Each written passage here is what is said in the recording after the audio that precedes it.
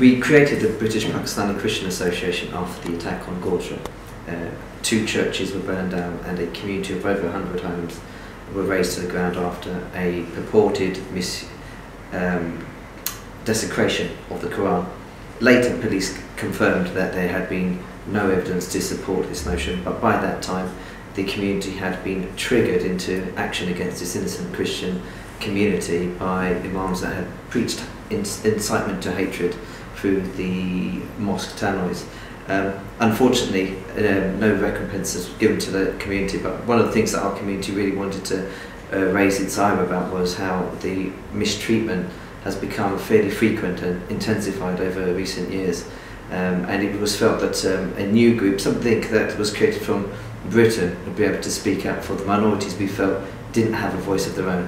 Effectively, Christians are no worse off than the Ahmadi community. They, in essence, have a third-class citizenship, considering they don't even have the freedom to practice their own faith. If you think about the blasphemy laws of Pakistan, they particularly reference Islamic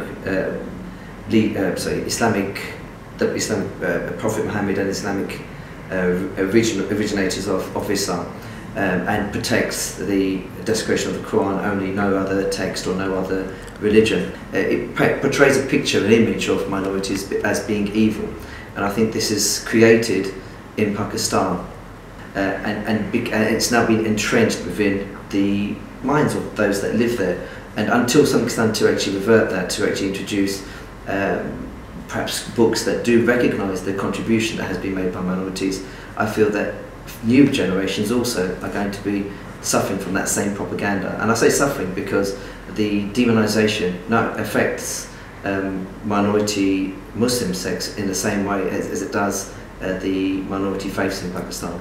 I'm very impressed here in Britain how we've got a very well-connected Pakistani community. I mean, the Pakistani Christian community, the Pakistani Muslim community, and the Sikhs and the Hindus collaborate fairly tightly, and together we've actually managed to fashion a voice for the Pakistani minority suffering in Pakistan, whatever faith they belong to. That's what we have to see in Pakistan if we are ever to see the reform that everybody's waiting for.